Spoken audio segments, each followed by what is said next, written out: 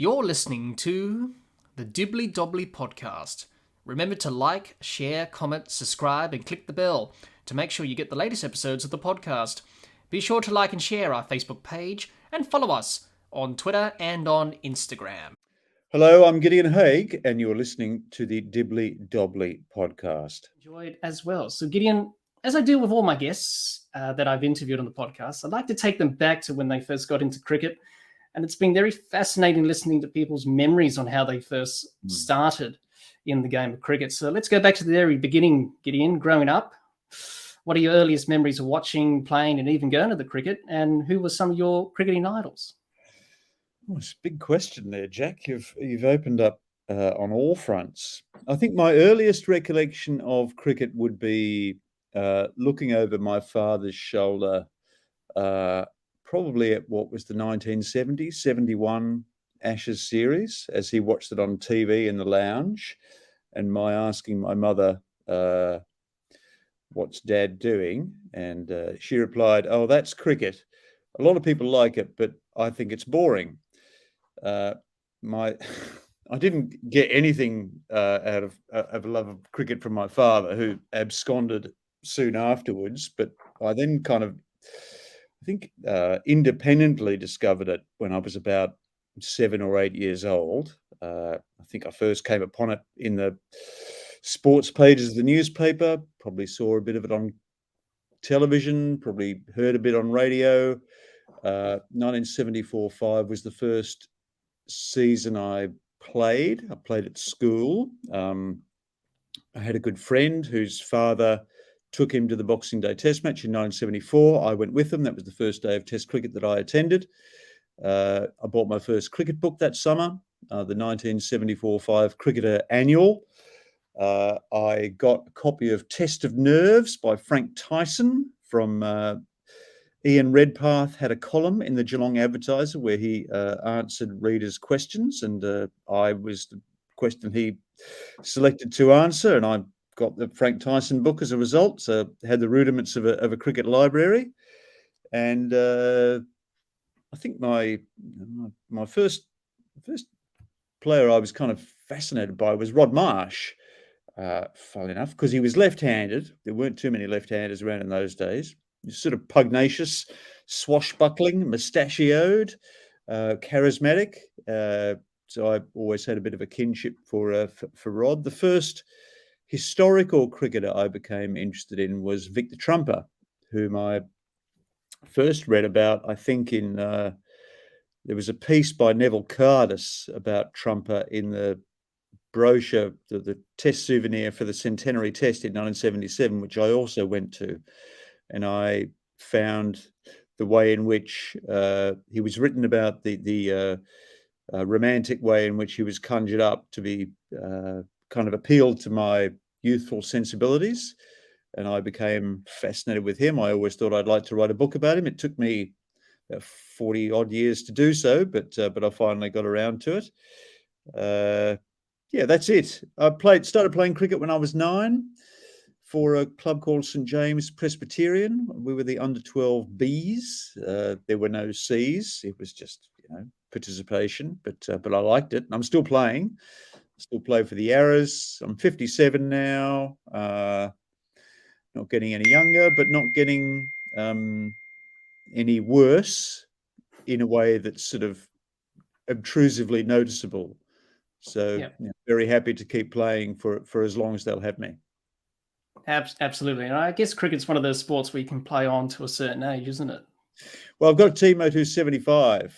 He's an example to me. He didn't take the game up until his early 60s, but he's become a very handy left arm tweaker, and his enthusiasm for the game is at least as great as mine. So I've now got a new role model. You're never too late to get a new role model.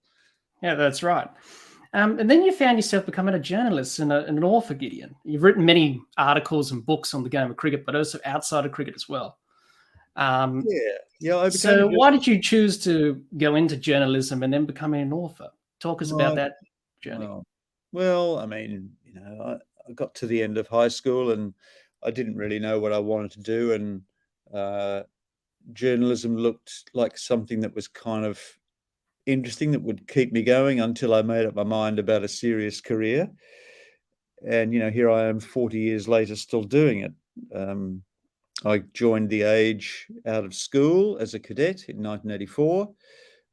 My first job was as a business reporter, not that I had any business acumen or even was mathematically competent, but I just got rotated there as a young cadet. I found it very interesting, so I stuck around. I didn't start writing about cricket until I went to England in 1990 as a stringer for the Age and the Sydney Morning Herald in the business section. And while I was there, I started writing pieces about cricket for Wisden Cricket Monthly, for a fanzine called Johnny Miller 96 Not Out. And I got the idea to write my first cricket book in 1992 about Kerry Packer's World Series cricket, the cricket war. I'd earlier written a business book in 1987 called The Battle for BHP, about a big takeover battle in Australian corporate history. But I thought when I got back to Australia, I'd like to try my hand at writing a cricket book.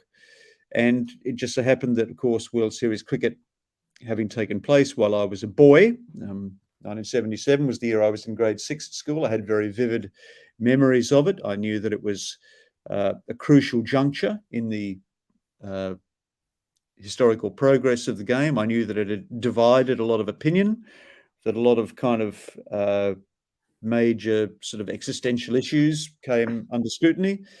So I thought it would be a good opportunity to revisit that a generation or so later. And I found it fascinating. It's a great period. It's a period that people keep going back to in the annals of the game, because it's very clear that it anticipated a lot of the issues that are still front of mind where cricket is concerned. The role of television, the purpose of earning corporate profits, private sector investment, the status of the test match, the role of innovation in creating new formats. A lot of the issues that Kerry Packer and his minions first traversed are still things that we haven't argued out yet. They may be argued out in the next 10 years. Yeah.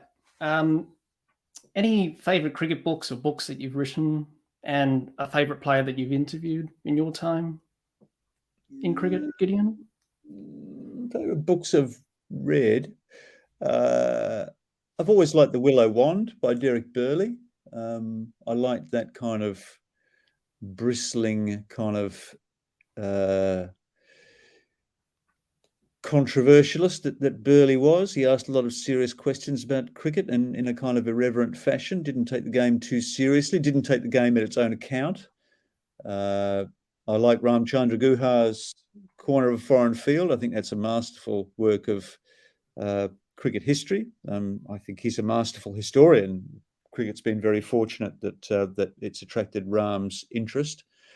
As far as tour books are concerned, probably Alan Ross's book, Australia 55. It's my favourite tour book. I can look across the room and I can see all my books sort of sequentially laid out over there, all my biographies in alphabetical order, all my tour books in chronological order, all my works of literature in alphabetical order, all my Wisdens arranged. There's nothing anal about me, Jack, but I do like to have everything organised. Yeah. And I think one of my best friends now, a player who I grew up admiring and a man who I've come to know in subsequent years and am proud to call a friend, is Mike Atherton, the Times cricket correspondent, and of course 115 test matches for England.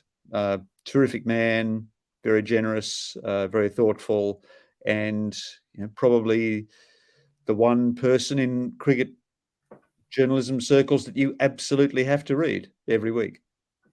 Absolutely. I do enjoy some of the stuff he says on the game, even commentating as well. It's terrific listening to his insights. So, Gideon, what differences have you noticed from your time in the media covering cricket from when you started until now? And how do you see the future of journalism writing and broadcasting within cricket going forward? You ask very big questions, Jack. Well, of course, the internet has revolutionised everything about the way in which we do our jobs. When I started writing about cricket in 1990, there were still journalists who carried briefcases around with wisdoms in them just in case they had to consult a record. Well, of course, everything now is available at a keystroke. Everything has been expedited. There are so many shortcuts available, it's not funny. I think one thing that hasn't changed is the emphasis that cricket journalists puts on test matches. At least in Australia and in England, we still concentrate an awful lot of our journalistic endeavours on the day's play at the test match. It's still a kind of a momentous event. I think sometimes we're slightly over-invested in that species of journalism, the daily match report, considering that most people, by the time they've read our reports, will and truly know exactly what has happened. Sometimes I think cricket journalism over-accents the previous day's events and is a little bit oblivious to kind of long-term trends and secular shifts in the game, which is why we're constantly being surprised by the direction in which the game is taking. Whereas, in fact, if you sat back and considered the global forces at work, nothing really about cricket's progress in the last 15 years is all that remarkable. The convergence on a for-profit model is something that you could have foreseen a long way out, considering the general trends of society and economics. What else have I noticed? The players, whereas they used to be relatively approachable, have become more and more sequestered, more and more protected from their journalistic interlocutors. A very simple thing. We very seldom, as journalists these days, find ourselves staying in the same hotels as cricketers. Therefore, the possibility for casual interaction has been removed. They're very extensively policed and quarantined. Their public pronouncements are carefully monitored and neutralised. I think there's, of course, an increasing emphasis on players' individual contracts, their lives as individually contracted persons. Of course, there's no longer one way to advance in the game, is there? It used to be that you played for your club and you played for your state or your county or your province, and then you played for your country. Of course, these days, players have many, many different ways to earn a living. I think the love of cricket still abides. I think it's still a fascinating game. If anything, perhaps there's even more layers to penetrate and analyse than it did when I started. A lot of the inner workings of the game are more palpable. We're more interested in administration and governance than we were when I started, that's for sure. There's a great deal more money at stake. I think it's harder to be independent as a journalist. I think there's a lot of good livings to be earned from the right connections in the game. A lot of people operate with multiple hats. They commentate and they work for franchises and they promote products, and they're individual commercial entities in their own right. I have absolutely no interest in being that person. I am simply interested in playing cricket, writing about cricket, and calling it as I see it. Yeah. But that maybe I can do that because I started a little bit further back in time. I do seem to have been around for an awfully long time, Jack. Yeah.